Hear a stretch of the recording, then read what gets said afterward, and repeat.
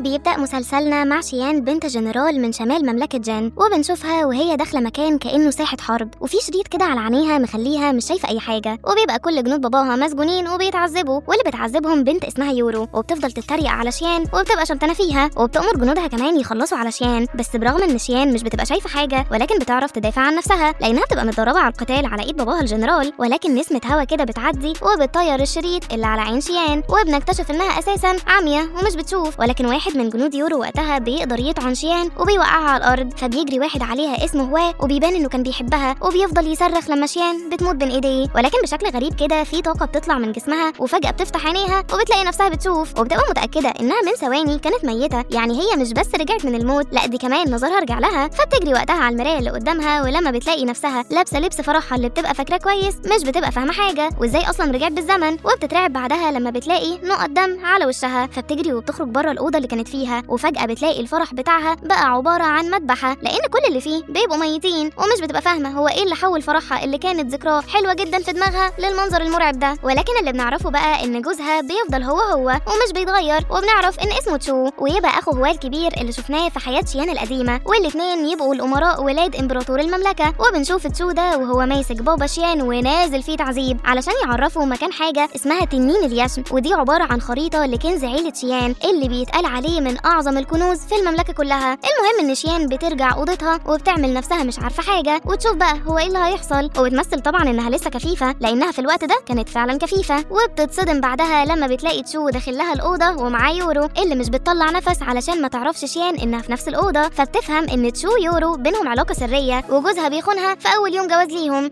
المهم ان شيان بتمسك دبوس كبير في ايديها وبتستنى اللحظه المناسبه اللي هتهجم على الاثنين فيهم وتخلص عليهم طبعا. ولكن في الوقت ده هو بيبقى شايف كل حاجه بتحصل، وبيقول لنفسه ان شيان ما تستحقش ابدا تعيش اللي بيحصل لها ده، وبيطلع سهم من معاه وبيضربه جوه الاوضه وبيبقى مصوبه ناحيه تشو، ولكن السهم مش بيجي فيه. المهم بقى على طول بتقوم شيان وهي مرعوبه وبتكمل تمثيل، وبتقول ان كده في حد معاهم في الاوضه، وبتبقى قصدها على يورو، وبتفضل تحرك الدبوس اللي معاها في كل حته وبتحاول تصيب اي واحد منهم، وفعلا بتقدر تعور تشو في عينه الشمال وبتعميها له، ولكن طبعا مش بيقدر يفتح بقه معاها لانه حرفيا بيخونها وهي معاه، فبيروح بعد كده مع يورو علشان تعالجه، وبيبقى متعصب جدا على خساره عينه دي، بس يورو بتهديه وبتقول له انه بعد ما يلاقي الكنز اللي بيدور عليه يعمل في شيان اللي هو عايزه. وتاني يوم بتصحى شيان من النوم وبتلاقي الجنود في كل حته وقلبين اوضتها، فبتمثل انها مش شايفه وبتكمل نوم عادي، وبتسمع تشو وقتها وهو بيأمرهم يدوروا على تنين اليشم، وبتفهم كده انه طمعان في الكنز بتاعها، فبتصحى وبتتاسف لتشو على انها اذته في عينيه، وبتبقى عماله تستفزه، فبيفقد تشو اعصابه وبيبقى عايز يهجم على رقبتها ويخنقها بقى لحد ما يموتها ويخلص منها. ولكن بيظهر هو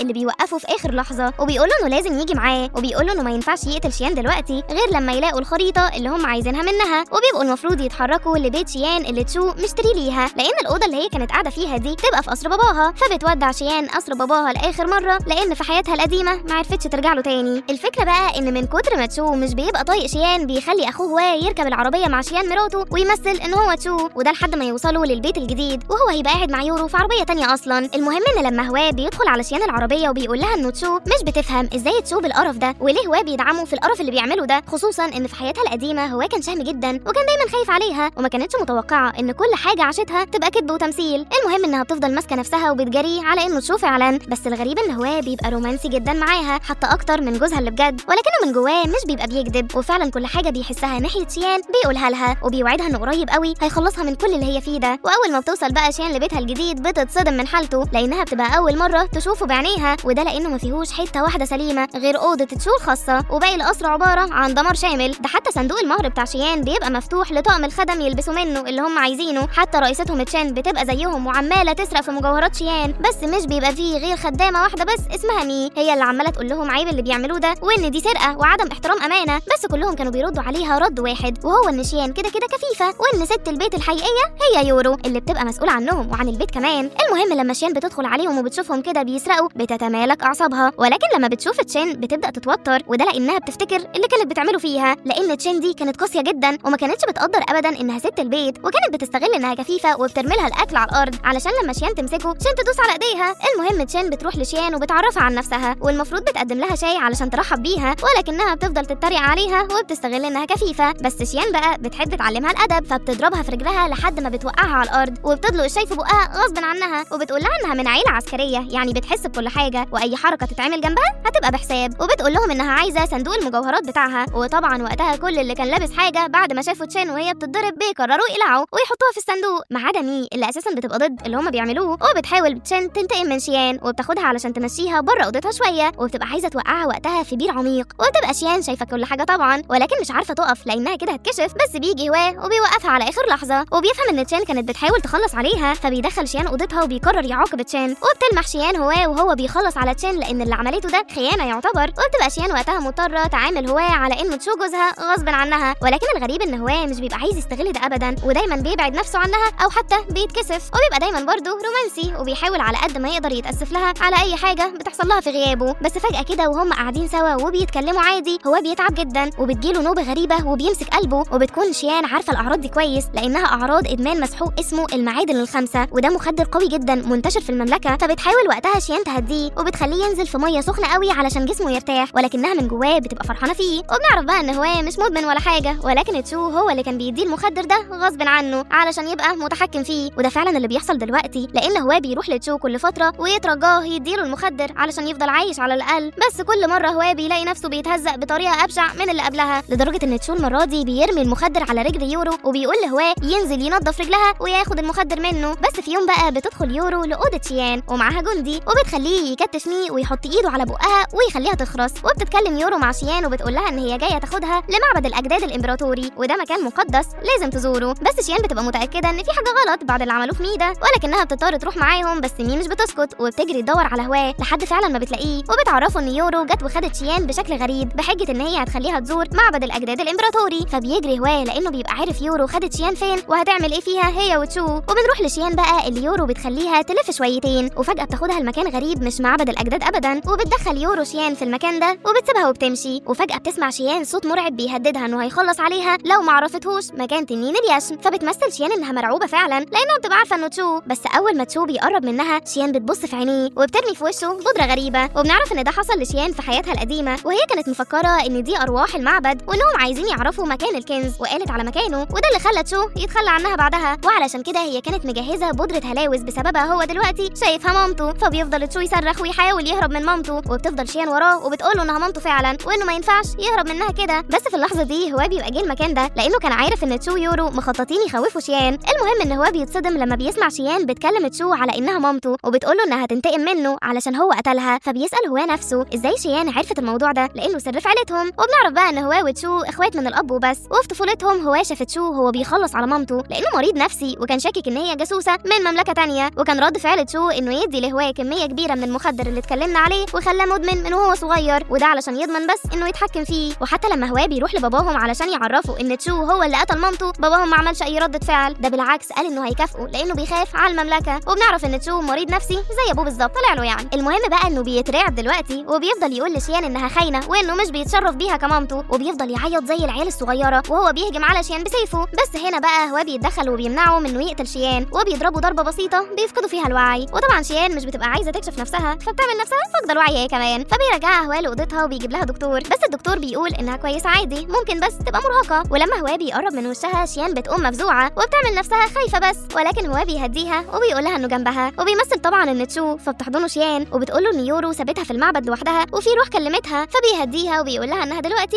معاه خلاص. وبنعرف بقى ان بعدها شيان ومي بقوا صحاب بجد، وبقت شيان تعتمد عليها كتير لانها اوفى حد موجود في المكان ده. وبتحاول مي تلفت انتباه شيان ان اللي بيجي لها ده هواه اخو جوزها مش جوزها بجد. فبتسال شيان هي ازاي اتعرفت على تشو، فبتقول لها شيان ان في بينها وبين تشو قصه حب رومانسيه جدا. وبنعرف ان اول مره شيان تقابل تشو فيها كان متعلق في الغابه وبينزف، ولكن وقتها كان لابس قناع وهي مش شايفه وشه فحررته، ولكنها ما لحقتش تعرف منه السبب اللي مخليه متعلق كده، لان بيجي من وراها تعبان وبيقرصها وبتفقد الوعي، ولما بتفوق بتلاقي نفسها مش شايفه حاجه. وبنعرف ان تشو هو السبب كده في انها تتعمي. المهم ان هو بيعالج لها عضه التعبان وبيخليها كويسه، وبيوصلها تشو بعد كده لحد اهلها. وبتتصدم لما بتعرف انه ابن الامبراطور وانه بيتقدم لها علشان يتجوزها. ولما تشو بيفوق بقى من ضربه هواء اللي ضربها له في المعبد بيلاقي نفسه في اوضته ويورو جنبه، وبيبقى مرعوب لسه من اللي حصل ده. فبتقول له يورو انها شاكه ان شيان سليمه ومش كفيفه وكمان بتلعب عليهم، وعلشان كده لازم يخلوا بالهم منها. ولما بقى الامبراطور بيعرف ان لحد دلوقتي ما وصلوش لتنين اليشم من شيان بيقرر يعاقب هواه، وده لانه بيفضل تشو عليه وما يقدرش طبعا يزعله. المهم ان هو بيتجلد على ظهره بشكل عنيف قوي وبيرجعه المساعد بتاعه للبيت، وبتستقبله شيان على انه جوزها، ولكنها بتبقى عارفه انه مصاب وبتتاكد لما بتقلعه هدومه امه، ووقتها بتقول له ان باباها كان بيرجع مصاب كتير قوي وهي اللي كانت مسؤوله عن علاجه برضه، فبتقرر تعالجه ولكنها مش بتبقى فاهمه ليه بيحصل فيه كده. وتاني يوم بتعرف ان في وزير من مملكه تانية جاي زياره للمملكه بتاعتهم، وفعلا شيان بتجهز وبتروح علشان تقابله، فبيأمرها الرجوله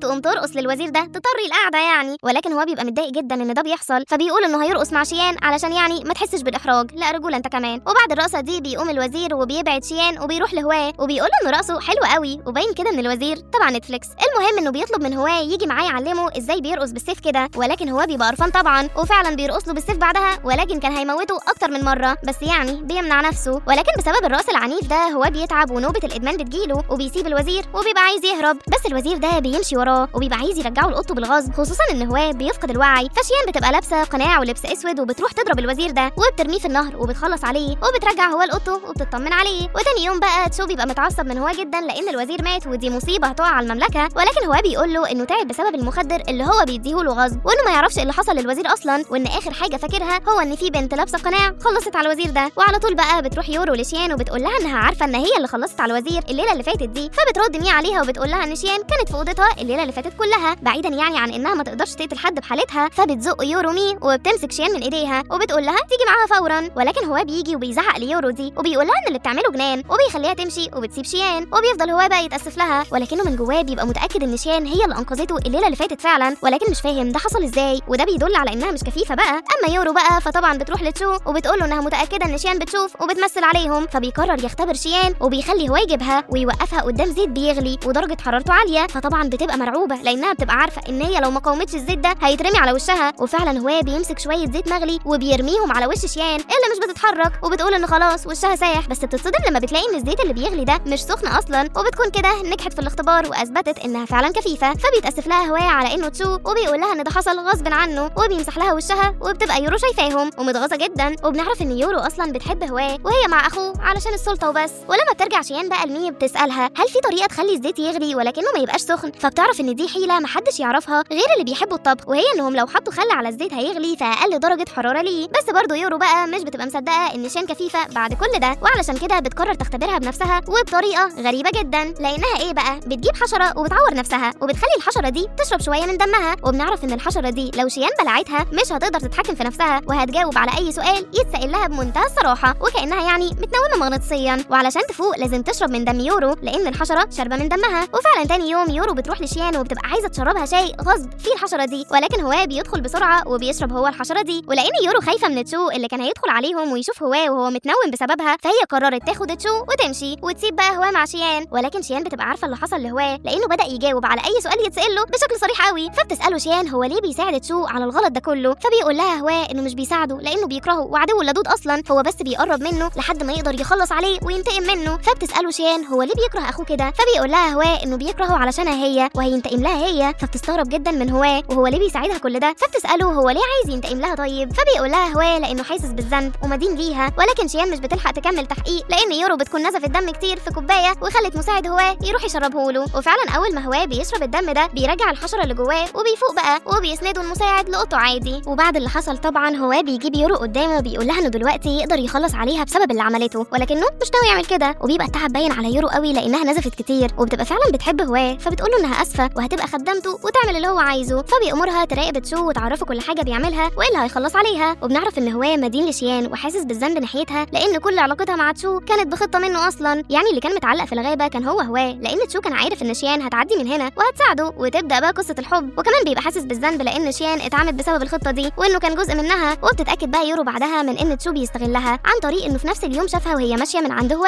فمن غير تفكير بيقول لها انها مش مخلصه ليه وهيخليها مخلصه ليه غصب عنها وبيفضل يجلد فيها. ولما شيان بتعرف اللي حصل ليورو بتروح لها وبتقول لها ان هي عايزه تعالج ظهرها، وبتفضل تقول لها ان اللي عمل كده في ظهرها لو بموافقتها فده احقر انواع الاذلال. فبتفتكر يورو لما كانت خدامه وكانت رئيستها بتضربها كل يوم تقريبا لحد ما في يوم هو بيجي وبينقذها من رئيستها دي وبيشغلها في البيت عنده، وده اللي خلاها اساسا تحبه. اما شيان بقى فبتزهق من ان تشو ماشي كده بيأذي في اي حد قدامه حتى اقرب الناس ليه، فبتقرر تخلص اللي بيحصل ده وبتقول له انها عايزه تعرفه مكان تنين اليشم وبيبقى في الجبل الجنوبي وهناك هيعرفوا الكنز فين. فبيتحمس تشو قوي وعلى طول بيلم الجنود وبياخد شيان وهو ويورو علشان يعرفوا مكان تنين اليشم، ولكن الرحله بتبقى طويله قوي فبياخدوا استراحه يوم كده في نص الغابه، ويورو بتبقى عايزه تخلص من شيان فبتاخدها على اساس ان هم هيتمشوا مع بعض وبتسيبها في نص الغابه، بس في طريق رجوع شيان ليهم بتقع في فخ صيادين، بس هو بيجي وينقذها، وبيقول لها ان ما ينفعش تمشي لوحدها في الغابه كده، ولكن هما بيتكلموا بيقع هو على الارض لان بتجيله نوبه ادمان، فبتاخده شيان وبيروحوا مكان غير اللي الباقي موجودين فيه. ولما بيفوق بيلاقي شيان واقفه قدامه وبتقوله انها مش عايزاه يكذب عليها تاني، وبتقوله انها فعلا مش كفيفه، وبتقوله كمان انها عارفه ان هو اللي عالجها من عضه التعبان ونسب كل حاجه لتشو اللي وقعت في حبه، ولكن في الحقيقه هو ما عملش اي حاجه تخليها تحبه. فبيقول لها هو انه اسف ولكنه كان مضطر يعمل كده لانه بيتحكم فيه بسبب المخدر اللي بيديهوله بالغصب، وانه ما كانش عايز يأذيها ولكن هو اللي بيجبره يضغط عليها علشان يعرف مكان الكنز. وبيقول لها انه مش هيسمع كلامه تاني وهيفضل جنبها وينقذها من اللي بيحصل ده، ولكن شيان بترش في وشه مسحوق مخدر وبتخليه يفقد الوعي، وبتقول له انها متاكده انه بيحبها ولكنها مش عايزاه يتأذي بسببها. وتاني يوم لما هو بيفوق ومش بيلاقي شيان جنبه بيطلع يجري علشان يلحقها قبل يعني ما تعمل حاجه متهوره، ولكنه بيلاقي جيش تشوف وشه وبيقولوا له ان تشو امر بانهم يخلصوا عليه، وفعلا بياخد هو ضربه وبيقع في النهر. وبيوصل الخبر لشيان اللي مش بتصدقه وبتبقى مصدومه، ولكن تشو بيبقى شاكك انها كده فعلا بتشوف وبتحب هو كمان، وعلشان كده خلص من اخوه وبيبقى عايز يخلص منها هي كمان ويعرف الكنز بس قبل ما يموتها. فبتحاول شيان تهرب منه ولكنها بتلاقي هو والمساعد بتاعه جنبها وبيحموها من تشو، وبنعرف ان المساعد بتاع هو قدر ينقذه. المهم ان مساعد هو بيخدر شيان وبياخدها وبيهرب بيها، وللاسف بقى بيتقبض على هو. ولما شيان بتفوق بتلاقي نفسها في بيت بعيد ومعاها مي ومساعد هو اللي بيقولوا لها ان الحرب بين الاميرين بدات، بس قبل اي حاجه لازم يعرفوها حاجه معينه، وبيدخلوها الاوضه في البيت وبتكتشف ان باباها ومامتها ما ماتوش اصلا، ولكن هو قدر يهربهم من تحت ايد تشو ويخبيهم هنا. ده غير ان يورو هي كمان بتقرر تساعدها وتبقى في صف هو، وبيقدروا وقتها يجمعوا جيش من الجنود المخلصين لبابا شيان الجنرال وبيروحوا علشان يرجعوا هو من تشو. بس تشو بيقول انه هيديهم هو بشرط يعرف فين تنين اليشم، فبتصدمه شيان وبتقول له ان تنين اليشم مرسوم على كتفها اصلا وهي كانت تحت ايده طول الوقت ولكنه ما كانش مهتم، وبتقول له ان هي هتبدل نفسها بهواه. ولما ييجوا يبدلوا شيان بتصدمه لانها بتكون عورت نفسها ومسحت تنين اليشم من كتفها، وبتقدر وقتها تخدع تشو وبتبدا الحرب بجنودها وبتاخد هو بتهرب. ولما هو بيفوق بيحضن شيان لانها انقذته كده وخطرت علشانه كل ده، وبيعرفها انه بيحبها من بدري قوي ولكن حياته ما كانتش بتاعته علشان يعترف لها بحاجه زي دي. فبتقول له شيان يأجل كل كلام الحب ده لحد ما يخلصوا من تشو وبابا ويخلصوا المملكه من شرهم، وفعلا بتجهز جيشها وبتروح لقصر الملك واللي بيكون تشو مستنيها فيه مع جنوده، وبتقول له وقتها يسلم نفسه بهدوء من غير مقاومه لان حتى جنوده مش مخلصين ليه. وفعلا بيجي جندي من ورا تشو وبيطعنه ولكن تشو بيخلص عليه بسرعه، وبنكتشف ان دي تبقى يورو اصلا، وبتبقى ضحت بنفسها علشان تدي الفرصه دي لشيان وهو، وبتقول لهم انها حاولت يعني تكفر عن ذنوبها. فبيضحك تشو لانه بيكون مصدوم من نهايته دي، وبيهجم هو بعدها وشيان عليه وبيطعنوه في نفس الوقت من ظهره وبطنه وبيخلصوا عليه، وبيدخلوا على الامبراطور الفاسد نفسه اللي كل اعوانه الفسده سابوه هربوا وبيجبروه بالعنف يتخلى عن العرش، وبيبقى الامبراطور مصدوم من ان ابنه هو اللي بيعمل فيه كده، ما انت كنت بتجلده يا حاج برضه. اما هو بقى بيقول له انه عمره ما اعتبره ابنه اصلا، وكمان هو عمره ما اعتبره باباه، وبيصدمه الصدمه الاكبر لما بيتخلى هو كمان عن العرش اللي المفروض يبقى من نصيبه، وبيديه لمساعده الشخصي اللي كان معاه دايما وكان اوفى حد ليه، وده لانه بيبقى عارف انه ما يستحقش يحكم المملكه وبيقرر يخلي باقي حياته لشيان وبس.